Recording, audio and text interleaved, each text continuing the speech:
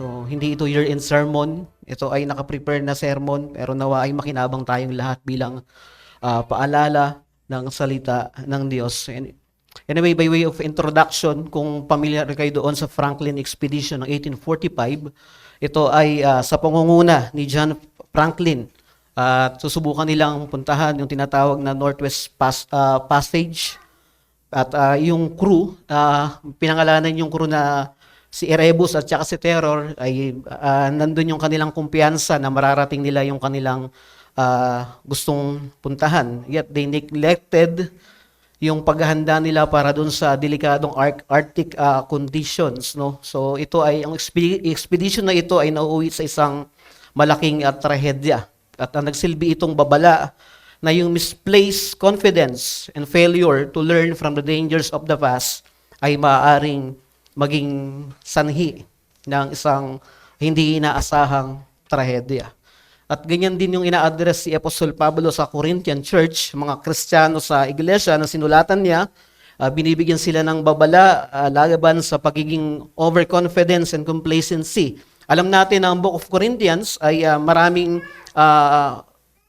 usapin dito na kung saan ina-address si Apostol Pablo. At gustong-gusto ko laging basahin ng Corinthians dahil ito ay madalas na sumasalamin pang personal sa isang mananampalataya. At marami tayong matututunan ng mga aplikasyon pagdating sa paglakad natin sa pananampalataya. At sa kabila na maraming problema ang mga mananampalataya sa Corinthians, sila naman ay spiritually enriched with gifts and knowledge. Sabihin, pagdating sa mga spiritual gifts, ay talaga namang marami sila nun. At pagdating sa karunungan ng salita ng Diyos, ay ganun din. Yet they struggle with idolatry and immorality. At yan yung ina-address ni Apostol Pablo sa kanila. At dahil doon si Apostol Paul ay nag-draw ng isang parallel between their situation and the experience of the Israelites in the wilderness. Ginamit nga yung karanasan ng mga Israelita sa wilderness o sa ilang, who despite their privileges, ay nahulog pa rin sila sa malalang kasalanan at humarap sila sa paghatol ng Diyos. And this passage serves as a sobering reminder that spiritual blessings do not shield. Hindi ito nagko-cover, hindi ito nag-iingat sa mga mananampalataya from temptation and sin. Maganda yung mga pribilehiyo na naranasan ng mga taga-Israel, pero hindi ito naging dahilan para sila ay maprotektahan sa mga tukso at pagkahulog sa kasalanan. Nabasa na kanina yung passage natin at tuloy-tuloy na natin tingnan ngayon yung nilalaman ng passage natin. So ginamit ni Apostol Pablo yung karanasan ng mga Israelita upang ipakita na yung mga external privileges ay hindi garantiya ng isang spiritual na katagumpayan. Naranasan nila doon sa verse 1, minention dyan ni Paul yung mga spiritual benefits na pinagsasaluhan ng mga taga-Israel. They were all under the cloud and fast through the sea in verse 1. At sabi doon, they were baptized into Moses sa verse 2. At kumain din sila ng parehong spiritual na pagkain, uminom din sila ng spiritual na inumin. Alam niyo ba yung mga karanasan na ito, yung mga experiences na ito ay simbolo ng presensya, proteksyon, at provision ng Diyos para sa kanila. Pero pagdating doon sa verse 5, sabi doon, with most of them, God was not pleased. Na-experience sila yung proteksyon, naranasan nila yung provision ng Diyos para sa mga Israelita, at lahat ng yan, pati yung presensya ng Diyos ay naranasan nila, pero ang lahat, ang karamihan sa kanila ay hinatulan ng Diyos. At katulad ng mga mananampalataya sa Corinthians, ang mga Israelita ay binibigyan babala dito sa pagiging kumpiyansa nila at inaakala nila na yung participation nila sa mga sakramento ay mag-iingat sa kanila mula sa hatol ng Diyos. Maaring hindi tayo maharap sa literal wilderness wanderings katulad ng mga Israelita, but we encounter times of testing. Sa buhay natin, mga mananampalataya, sa paglakad natin sa buhay Kristiyano, umaharap tayo sa iba't ibang anyo ng mga pagsubok, ng mga testing sa buhay natin. At napakadaling isipin na yung ating association with the church or participation in religious activities is enough to secure are standing before God. Madalas na ganyan ang kaisipan ng mga maraming Kristiyano na dahil associate naman ako sa isang iglesia, nagpapartake naman ako ng mga activities, kumpiyansa ako na mapagtatagumpayan ko lahat ng tukso, lahat ng mga haharapin kong mga kasalanan. Yung kumpiyansa ay nandun sa mga external privileges rather than dun sa nagbibigay ng privileges. At yan yung gusto kong ibigay na mensahe sa inyo ngayong umaga. Ang mga pagpapala at pribilehiyo ng mga mananampalataya ay hindi nagliligtas mula sa pagkahulog sa mabibigat na kasalanan. Christian blessings and privileges do not exempt believers from falling into serious sin. Yung mga pagpapala, yung mga blessings sa iglesia, yung mga privilege ng mga mananampalataya ay hindi nagliligtas mula sa pagkahulog sa mabibigat na kasalanan. Yes, they are good. Napakagandang mga pagpapala niyan na maranasan ng isang kabilang sa mga nakipagtipan kay Kristo. Pero hindi ito seguridad, hindi ito assurance, hindi ito lisensya na pag humarap ka sa anong mga tukso at mga kasalanan, ay pwede mo itong gawing takbuhan. Ang mga kaparaanang ito ay binigay ng Diyos bilang tools para sa pagtatagumpay sa pagharap sa mga tukso. Mamaya, makikita natin yan sa verse 13 na minention kanina ni Pastor Erdi. So yung mensahe ni Paul sa Corinthians is a timeless warning for us. While we enjoy spiritual privileges, we must not become complacent or overconfident. We are called to learn from Israel's mistakes and pursue godliness. Isipin mo ang pribilehiyong meron ka kung wala doon si Kristo.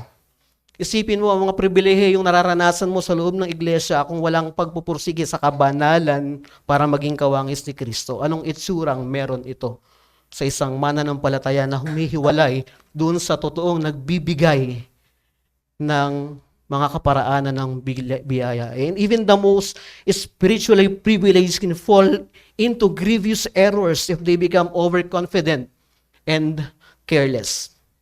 And we must heed this kind of admonition by examining both our hearts and actions to ensure we do not fall into the same errors as the Israelites. Ito ay isang personal na pagsusuri sa atin bilang mga mananampalataya. Ito ay pang-personal na pagninilay kung kamusta na yung pananampalataya ko sa harapan ng Diyos. Magpapalit na lang taon, 2025. Nawa, kung meron tayong mga New Year's resolution, isama natin yung pagsusuring personal sa pananampalataya ngayon natin ngayong 2024. Kamusta yung mga naging paglakad natin sa buhay iglesia bilang kabilang o kaanib sa iglesia ng Panginoong Jesucristo. And there are two things na gusto kong i-discuss ngayong umaga. Number one is privileges cannot prevent moral ruin. And number two, privileges are for pursuing godliness. Yan yung dalawang bagay na susubukan natin na pag-aralan ngayong umaga. Yung karanasan ng mga Israelita sa ilalim ng pagpapala ng Diyos ay hindi nag-prevent doon sa kanilang moral na pagkasira. Nirecount ni Paul yung mga privilege na naranasan nila, yung mga privilege na enjoy ng mga Israelita, yung divine guidance ng Diyos, yung cloud, yung miraculous deliverance, tumawid sila sa Red Sea, yung mga spiritual sustenance, may mana na ibinigay sa kanila ang Diyos, yung tubig, at binanggit pa nga doon yung participation ni Christ, yung rock. Sabi doon si Kristo yung pinapatungkulan nun. Yet despite these privileges, they fell into idolatry and immorality. Ang mabigat pa rito sila ay dumating sa punto ng hindi pagtitiwala ng buo. Nawala yung kanilang pagtitiwalang sa Diyos na humantong sa kanila sa paghatol. Verses 5 to 10. Pinapakita lamang nito that mere participation in spiritual blessing ay hindi garantiya ng isang spiritual perseverance. Israel's fall, ang pagkahulog ng mga Israelita ay nagsisilbing babala sa atin that privileges alone do not guard against moral failure. Hindi pala ito garantiya na kahit maranasan mo yung magagandang pribilehiyo at hindi mo ito iginamit ng tama bilang isang mananampalataya, pwede kang mahulog sa mga moral na pagkasira. Maaring isipin mo na nararasan ko naman yung mga pagpapalang panlabas, nakakapag-partake ako ng mga sakramento sa loob ng iglesia, nakakapag-fellowship naman ako. Lahat ng bagay na yan ay mabuti. Pero dapat yan ay ginagamit ng tama para sa pananampalataya ng bawat isa sa atin. Isa itong paalala sa atin that do not assume that being part of a Christian community guarantees your standing before God. Ang pagre-rely natin doon sa mga external signs of faith while neglecting true obedience is a serious error.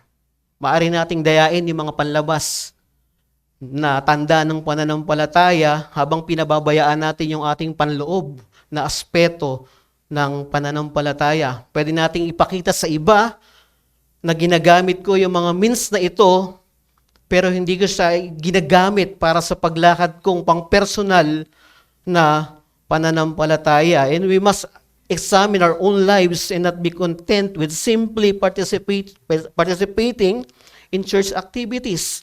Ay suriin natin mabuti yung buhay ng pananampalataya natin. Baka nandun ka na sa estado na kontento ka na nakikipag-participate ka lang doon sa mga activities sa loob ng iglesia, pero wala kang pagpupursige sa personal mong kabanalan.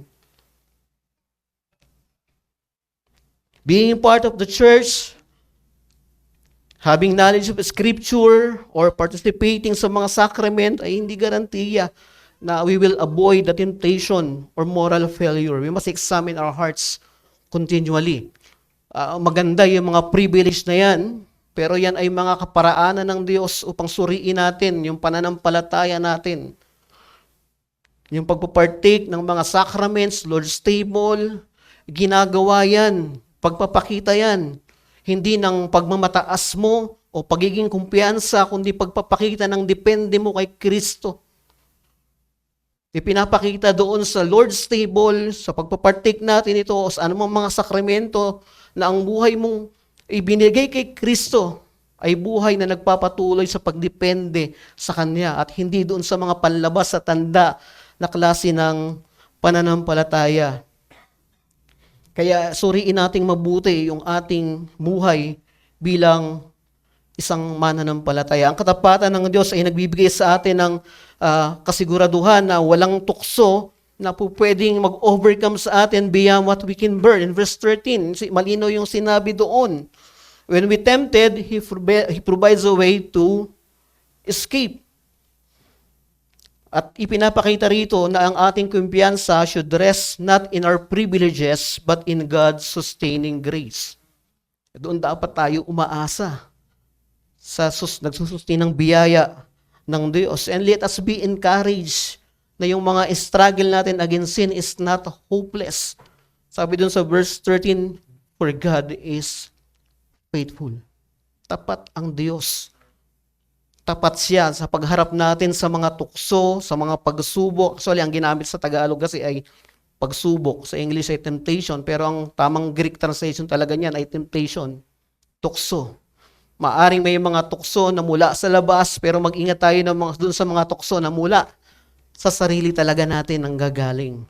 Sinabi ni Matthew Henry, yung komentary niya rito, sa whole Bible, the privileges of the church are great and many, but we must not depend upon them without living up to them.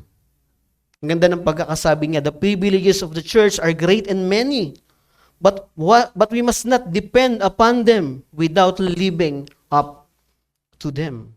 So ibinigay siya para gamitin sa paglilinang ng ating pamumuhay, pananampalataya. Ini-explain niya rito that even the greatest external privileges ay hindi security laban sa greatest sin and ruin. Kaya kung meron tayong aral na makikita rito, yung spiritual privileges are given to lead us into a deeper obedience and faithfulness.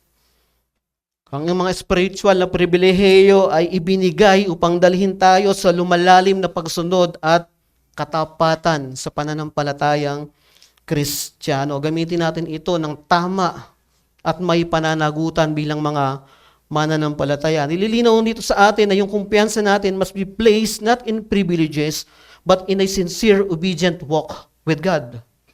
Yung kumpiyansa natin ay dapat sinusundan ng matapat na pagsunod natin sa mga inuutos ng Diyos sa kanyang mga tao. Okay? It is not enough to merely partake. We must live in accordance with what we profess. Kung ano yung ipinapahayag mo, doon tayo namumuhay. Kung ano yung ipinapakilala mong klase ng pananampalataya, ipinapahayag mo sa marami, doon dapat tayo sa anyo na yan ang klase namumuhay bilang mga mananampalataya. The privileges we enjoy, yung mga church attendance, minsan nga, wala pa. Yung mga karunungan na tinatanggap natin sa mga pag-aaral sa kasulatan, yung fellowship, yung pagsasama-sama natin ay dapat gamitin ng may karunungan at may pananagutan, lest we become like Israel, falling into complacency and sin. Lahat ng mga nararanasan natin bilang mga mananampalataya, gamitin natin ito ng may karunungan at pananagutan para sa paglakad natin sa kabanalan. Hindi natin ito gagamitin para lang sa mga pang-personal nating interes o kapakanan. Para ito sa paglago natin na maging kawangis ni Kristo. Alam niyo yung nung Great Awakening, si Jonathan Edwards ay nangaral laban sa panganib ng hypocritical faith. Nagbigay siya ng mga babala sa mga panlabas na privilege ng mga taong nandito. May mga privilege sila, outward privilege, pero walang tunay na pagsisisi. At sabi ni Jonathan Edwards, true religion in great part consists in holy affections, and without this, outward observance are but shadows. Mga anino lang ito. Kung yung mga ginagawa nilang participation dun sa mga panlabas sa pribilehiyo ay walang tunay na anyo ng pagsisisi, paglapit kay Kristo at pananampalataya, lahat ng lang yun ay isang anino lamang at walang realidad nito sa loob niya. Sinabi ni John Owen, the greatest danger to our perseverance is pride in our privilege. Napaka totoo nito na yung mga dakilang panganib na ito sa ating mga pagpapatuloy sa pananampalataya, minsan ay yung pagmamalaki dahil yun sa mga tinatamasa nating pribilehiyo sa loob ng iglesia. At kung meron itong hamon sa iyo at sa akin, do not trust in privileges alone, but pursue holiness and dependence on Christ. Yung pagsandal natin sa mga pribilehiyo sa loob ng iglesia, rather than true faithfulness and obedience to God, ay maaaring magdulot sa atin ng maling false sense of security.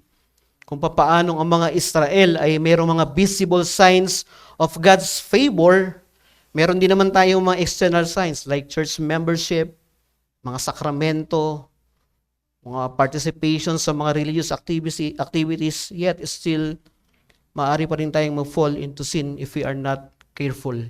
Kung hindi tayo magiging maingat doon sa mga means of graces na ibinigay ng Diyos sa kanyang iglesia. Noong 1800s, maraming mga churchgoers sa England na umasa sila doon sa kanilang mga baptismal certificates and church membership bilang proof ng kanilang salvation. Alam niyo kung anong nagpakitibay dito at nagpakita ng kanilang kondisyon? Dito pumasok yung Great Awakening, kung saan na-expose yung emptiness ng kanilang reliance doon sa kanilang baptismal certificate, pero walang personal na ugnayan at paglakad, pagsisisi sa kasalanan. Wala nung mga bagay na yun, nakaasa sila doon sa mga panlabas na tanda ng kanilang pananampalataya ng walang panloob na pagbabago pagdating sa pagtingin sa kasalanan at kay Kristo. Kaya kung may apela ito sa atin, don't let pride in your religious privileges blind you to the necessity of obedience and personal holiness. Use the means of grace wisely para sa pang-personal nating paglakad sa pananampalataya. Napakagandang tingnan na yung mga privilege na nararanasan natin sa loob ng iglesia ay nagagamit natin sa pagpapatuloy natin sa pananampalataya. Titingnan natin dito mamaya kung paano ba ito ina-apply ng mga mananampalataya sa panahon natin sa ngayon. Yan yung unang makikita natin dito.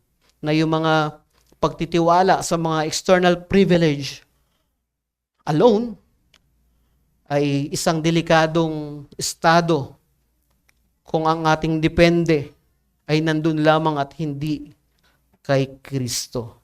Number 2, privileges are for pursuing godliness. Yung mga spiritual privileges are given to lead believers into deeper godliness. Hina-highlights dito ni Paul na yung mga pribilehiyo ay dapat na nagtutulak sa klase ng banal na pamumuhay. Ang mga karanasan ng mga Israelita ay intended to draw them closer to God. Ibinigay yung mga means of grace na yon para sila ay mas lalong mapalapit sa Diyos na naligtas sa kanila mula sa Ehipto.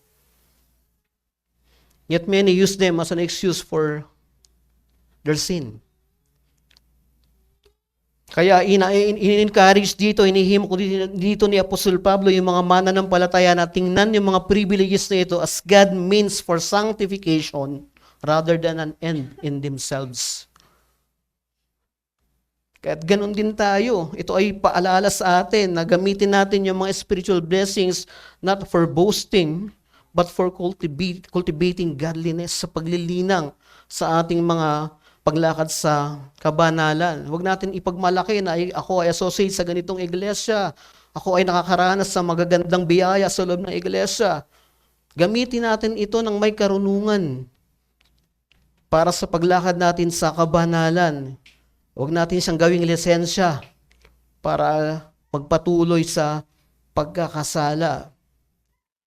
Maging maingat tayo na gawin natin substitute yung personal na, yung mga spiritual privilege natin at yung ating genuine devotion doon sa ating mga external privileges. At alam niyo ba, isang pinakamagandang parte dito ay yung pag-regular na assessment natin sa ating ugnayan sa Diyos. Kaya minention niya doon sa 12, 11, 12, 13, sabi niya doon, assess mo yung sarili mo. Whether you are in the faith. Ibig sabihin, mayroon kang personal na assessment sa pamumuhay mo bilang isang mananampalataya. At ang pinakamagandang encouragement sa atin dito, ang Diyos ay nag-provide siya ng kanyang ebanghelyo. Andyan ang banal na espiritu sa mga mananampalataya. At andyan ang komunidad ng mga mananampalataya upang tulungan tayo sa paglago sa pananampalataya. When privileges are rightly used, they become means of grace at pinapalalim nito yung ating sanctification and perseverance. Kailangan natin gamitin ng tama yung mga means of graces, yung mga external privilege sa loob ng iglesia para sa ating sanctification at spiritual na pagpapatuloy. Si Charles Hodge, sabi niya sa kanyang komentary dito, privileges do not secure us against sin unless they are rightly used. It is not enough to have ordinances. We must use them to promote faith and holiness.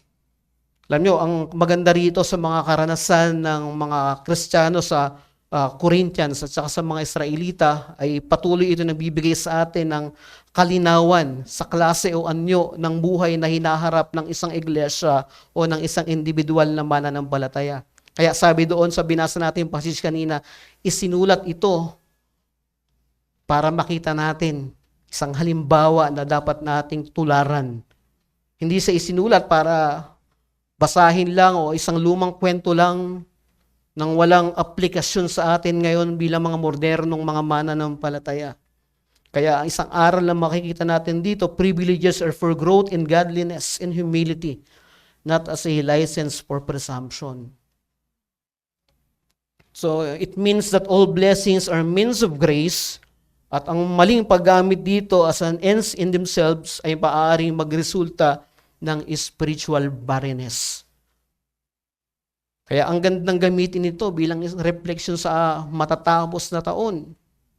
Na magkaroon tayo ng assessment sa pamumuhay natin bilang Kristiyano sa loob ng taon na ito. Kamusta na yung aking karanasan, yung mga aking paglakad sa iglesia, yung mga pribilehiyong tinatanggap ko bilang bahagi o parte ng Antipolo Reformed Baptist Church.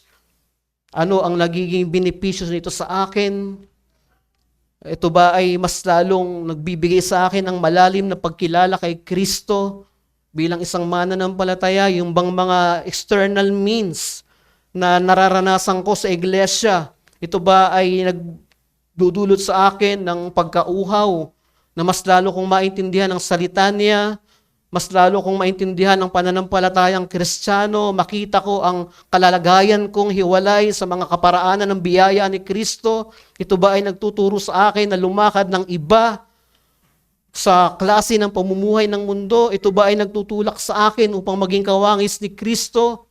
Ito yung mga assessment na pwede natin pagbulayan sa mga karanasan ng mga Israelita sa passage natin ngayong umaga. Si Jonathan Edwards sa kanyang sermon sa Sinners in the Hands of an Angry God ay in-illustrate niya yung panganib ng pag-rely dun sa mga spiritual privileges while ignoring true repentance and godliness.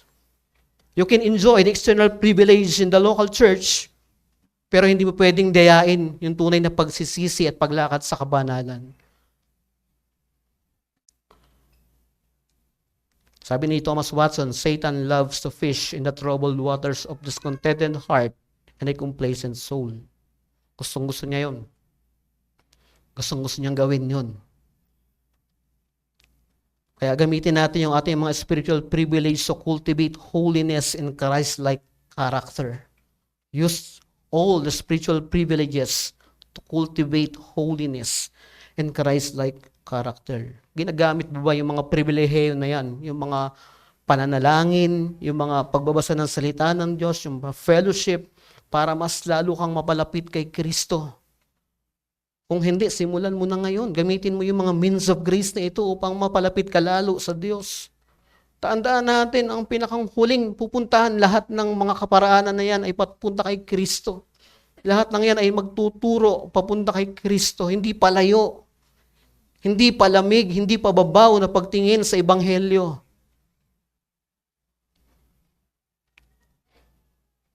O ginagawa mo lang ito bilang duty o checklist every Lord's Day para lang masabi mo na nagawa ko yung aking mga tungkulin bilang isang miyembro ng iglesia. Ang true use of privileges results in greater godliness and humility. Ito yung nagiging bunga nito. Alam mo dito sa passage natin, marami tayong pwedeng mga bagay na pwedeng matutunan at aplikasyon sa atin bilang mga mananampalataya, bilang isang iglesia. Himayin natin, namnamin natin yung mga paalala ni Apostol Pablo, kung paano si Apostol Pablo itinuturo niya yung mga believers sa Corinthians sa karanasan ng mga Israelita. Ganun din naman tayo. May dalawa tayong halimbawang pwedeng sundan. Ang karanasan ng mga Israelita at ang karanasan ng mga unang Kristiyano sa Korinto. Kaya nabanggit ko sa ilang pangangaral ko sa Corinthians na ang karanasan ng mga mananampalataya sa Corinthians ay sumasalamin sa klase ng lakarin natin ngayon bilang mga mananampalataya. Kung meron mga struggle sa kasalanan na mga itinutuwid si Apostol Pablo, nandito yan sa Corinthians. Mga matatalas sa pananalita ni Apostol Pablo, mababasa natin yan dito sa Corinthians. Sapagkat ipinapakita nito yung realidad ng buhay pananampalataya na lumalaban sa kasalanan at nag-i-struggle bilang isang Kristiyano. Maraming mga Puritans ng 18th century ang nagbabala laban sa complacency galing doon sa kanilang yaman at social privilege. Ina-argue ng mga Puritans na yung mga privilege na meron sila ay dapat ang maging resulta nito ay pagpapakababa at paglilingkod, hindi pagiging arogante.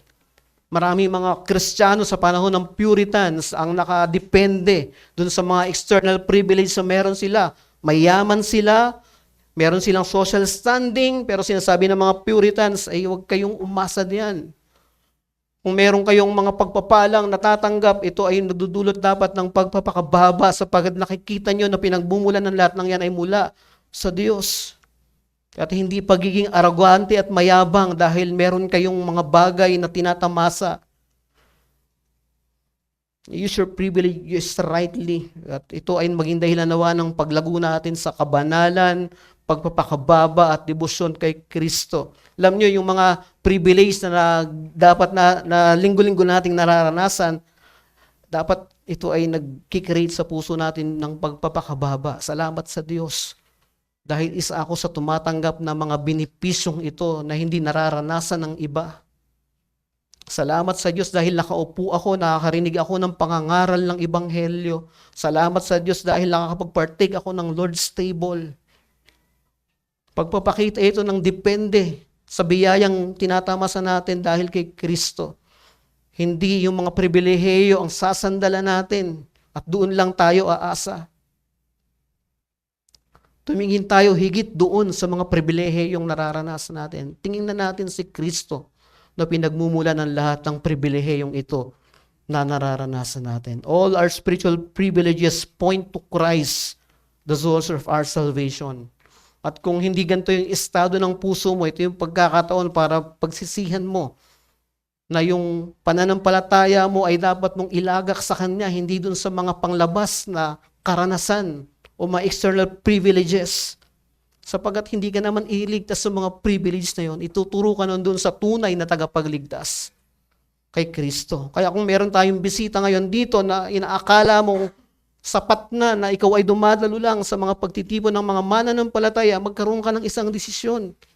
Huwag kang dumating sa estado na sapat ka nang nakikita mo lang, nararanasan mo lang, magkaroon ka ng tunay na ugnayan sa tagapagligtas ng iglesia. Sa tagapagligtas sa mga makasalanan at walang iba yan. Hindi yan sa mga external privilege na nararanasan mo. Si Kristo ang kailangan mo. Kaya sa pagtatapos natin, yung mga privilege alone, ay gusto kong ulitin na hindi ito security ng ating standing before God. They are tools for spiritual growth. But without godliness, they led to ruin. So learn from the mistakes of those who fell and pursue Christ with all diligence and humility. Sabi ko nga, hindi ito year-end sermons, pero pwede natin itong gawing refleksyon sa pananampalataya natin ngayong matatapos na taon. Maraming aral, maraming sermons ang pwedeng gawin sa passage na to. Pero makikita natin dito ang responsibilidad ng mga taong makasalanan at ang pagiging soberano ng Diyos sa kanyang iglesia. Nawa makita natin yung dalawang bagay na ito na hindi pinaghihiwalay sa Ebanghelyo ng Diyos. Salamat dahil may Ebanghelyo na nagtutuwid. Salamat dahil may Ebanghelyo na naglilinang ng ating mga kaisipan.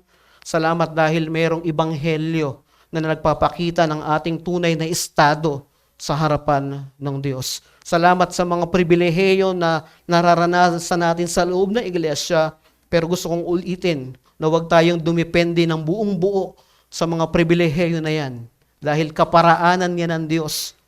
Hindi siya lisensya para dun sa tunay na pagsunod natin kay Kristo. Manalangin tayo. Maraming Diyos, maraming salamat sa mga katotohanan na ito. Nawa po sa loob ng isang taon na ito ay magkaroon kami ng pagbubulay sa aming mga paglakad bilang mananampalataya at bilang iglesia. Salamat dahil mayroong mga karanasan sa lumang tipan at sa mga unang mananampalataya na pwede naming tularan, pwede kaming mayroong mga matutunan dahil sa mga karanasan nila. Higit diyan, salamat dahil may banal na espiritu na nagbubukas ng aming pangunawa mula sa mga katotohanan ng salita ninyo. Salamat sa Panginoong Jesus. Salamat sa mga panglabas na biyaya, sa mga privileges na meron kami bilang isang iglesia. Nawa po ay pagyamanin namin ang mga ito. Tingnan namin ang mga bagay na ito bilang tools, bilang means of grace na iyong ibinigay para sa mas lalo pang paglalim namin sa pagkilala sa Panginoong Jesucristo. Huwag kaming tumigil doon lamang sa mga means of graces, kundi tingnan namin yung pinagmumulan ng mga means of grace na ito, O Diyos. Tumingin kami ng may katotohanan at pananabik kay Kristo na nagdala sa amin at nagkabit sa iyong kawan. Salamat po sa umagang ito, O Diyos. Purihin ka sa pangalan ni Jesus. Amen.